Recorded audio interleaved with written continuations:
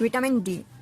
تو viewers, vitamin D استعمال کیا جا سکتا ہے کیونکہ یہ جسم میں کیلشیم جذب ہونے کا عمل بہتر بناتے ہوئے ہماری ہڈیوں کو مضبوط بناتا ہے۔ البتہ یہ بیشتر غذاؤں میں موجود نہیں ہوتا۔ گولیوں یا سپلیمنٹ کی شکل میں وٹامن ڈی کا روزانہ استعمال مفید ہے۔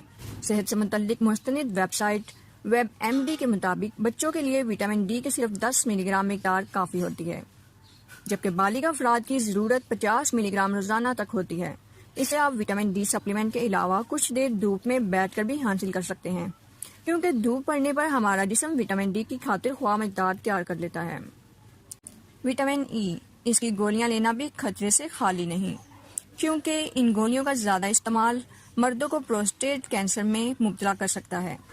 بہتر ہے کہ وٹامن ای کی گولیاں کھانے کے بجائے اپنی روزمرہ غذا میں پالک اور سب سنگت والی سبزیاں شامل کر لی جائیں۔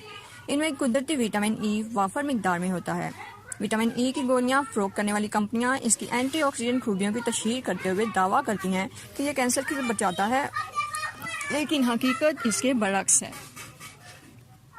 Folk acid. تو ویورز، اگر آپ کو فولک ایسڈ کے بارے میں بتایا جائے تو یہ خاص طور پر حاملہ خواتین کے لیے بہت مفید ہے۔ امریکہ کے نیشنل انسٹی ٹیوٹ آف ہیلتھ کا کہنا ہے کہ حاملہ خواتین کو روزانہ 400 مائکرو گرام کی مقدار میں فولک ایسڈ استعمال کرنا چاہیے، اور اس کی گولیاں استعمال کرنے میں بھی کوئی نقصان نہیں۔ دراصل یہ ایک قسم کا وٹامن بی ہے جو نئے خلیے بنانے میں ہمارے جسم کی مدد کرتا ہے، جبکہ حاملہ خواتین کو زچگی کے متعدد مسائل سے بچانے کے علاوہ یہ